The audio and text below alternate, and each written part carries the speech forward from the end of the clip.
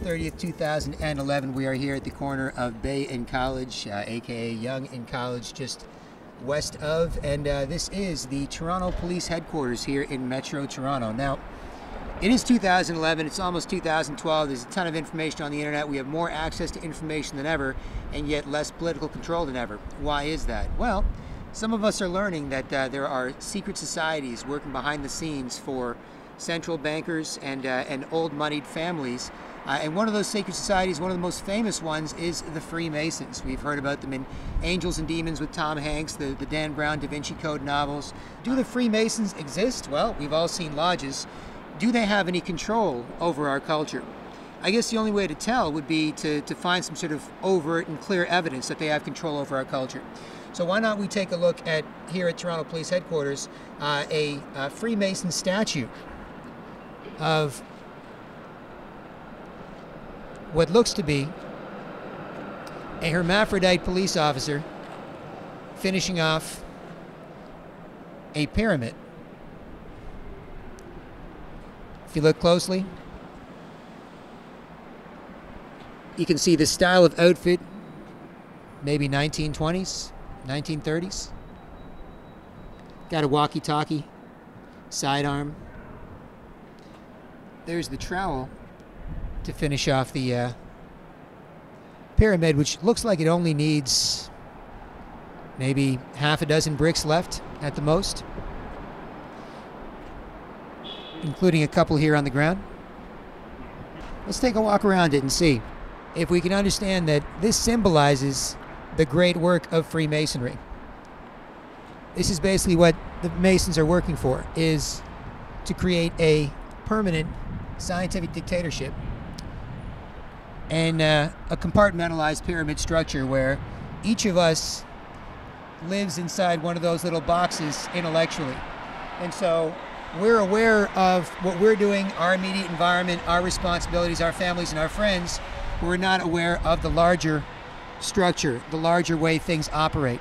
And you can see that a bunch of police officers who were trained to deal with the black bloc and protests were in this brick, and a bunch of protesters or people who just came by to watch them were in this brick, and they didn't know how the people here at the top were playing them.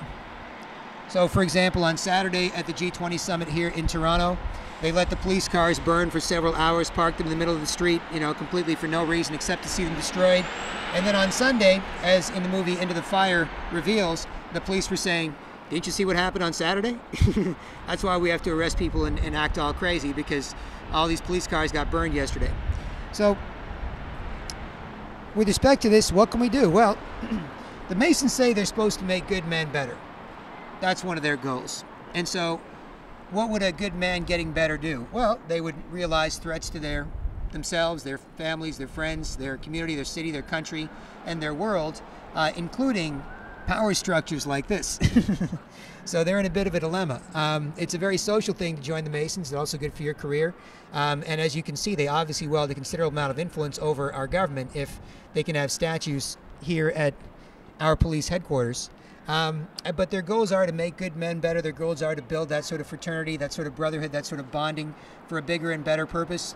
We just need to redefine what that purpose is when we have more information. When people who are part of the police or part of Freemasonry or part of any other group, self-identified group in our culture, realize the bigger picture and the plans for a New World Order and the plans to create a scientific dictatorship and to dumb us down, dehumanize us in many ways, to reduce our living standards and possibly even to kill us based on all the health risks out there, you can see why something like this must be averted.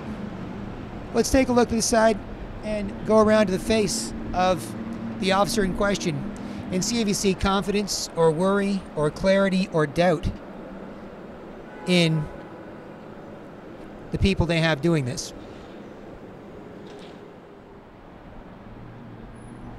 Very serious.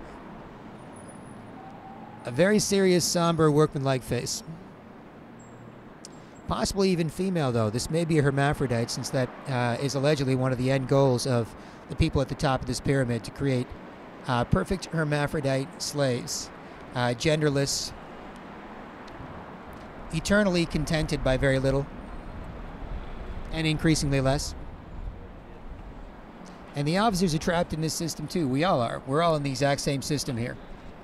The question is, now that we have spent 50 years learning about it and reconfirming it, what do we do? This sculpture is one component of a three-piece work of art created for the Metropolitan Toronto Police Headquarters by artist Eldon Garnett in 1988. The two other sculptures of this work are located at the corner of Grenville and Bay Streets and at the Grenville Street entrance to the building. This work was sponsored by the Municipality of Metropolitan Toronto.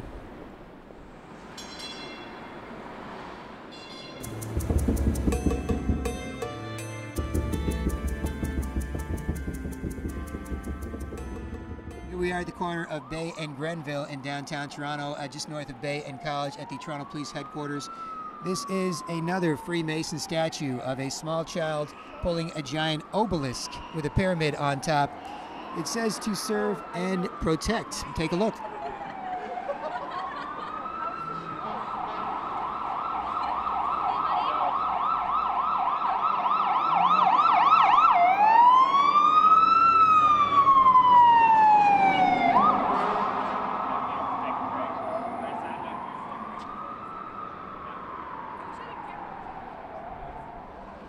What do you guys think? What do you guys think of it? I think it's great. It's pretty cool. I think it's a really, like, this kid is strong. he appears to be. It's just he's not getting anywhere. That's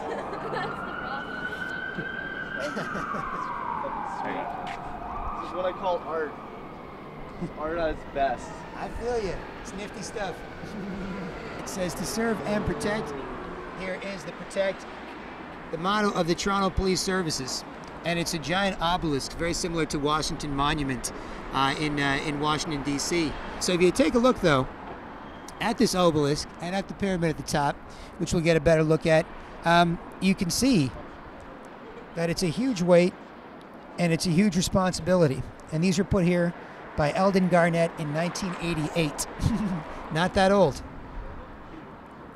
But flash forward around to the face of the person pulling this, and you can see some of the doubt that may enter the minds of the people who are trying to finish the great work on behalf of Freemasonry. Let's take a look.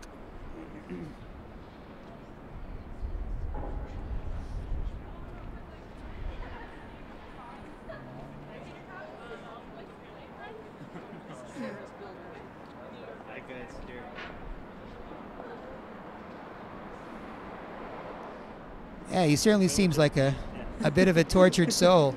One tiny boy raised to pull this giant Masonic obelisk.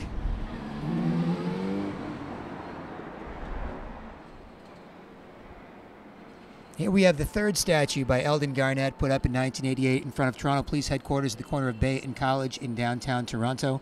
Let's take a look.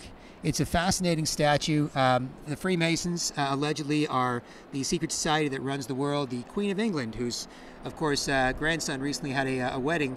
The Queen of England is supposedly the worldwide head of the International Brotherhood of Freemasonry. You can see how much power she still wields by seeing what Freemasonry is up to in part, which includes statues here at Toronto Police Headquarters. And this very much symbolizes what Freemasonry is about, according to them. Bricks and books, building and learning. And the combination of building and learning on this gentleman's shoulders can reveal a lot of what Freemasonry allegedly says that they're up to and they're about.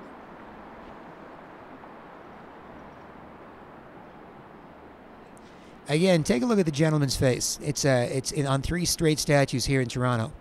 You get the sense of neuroses that are sculpted into the design.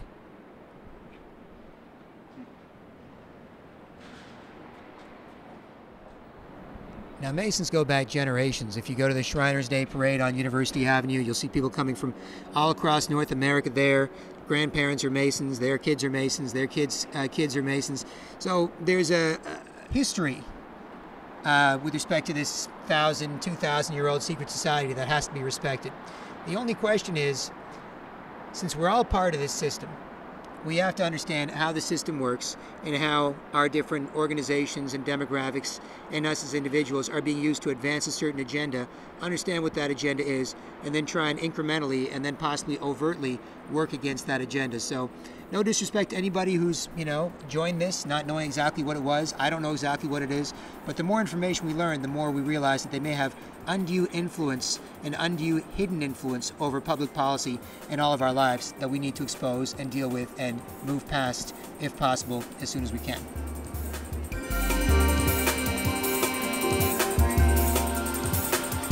The National Post quoted us as saying, "We're here to free the Masons." No hiding what you could breathe.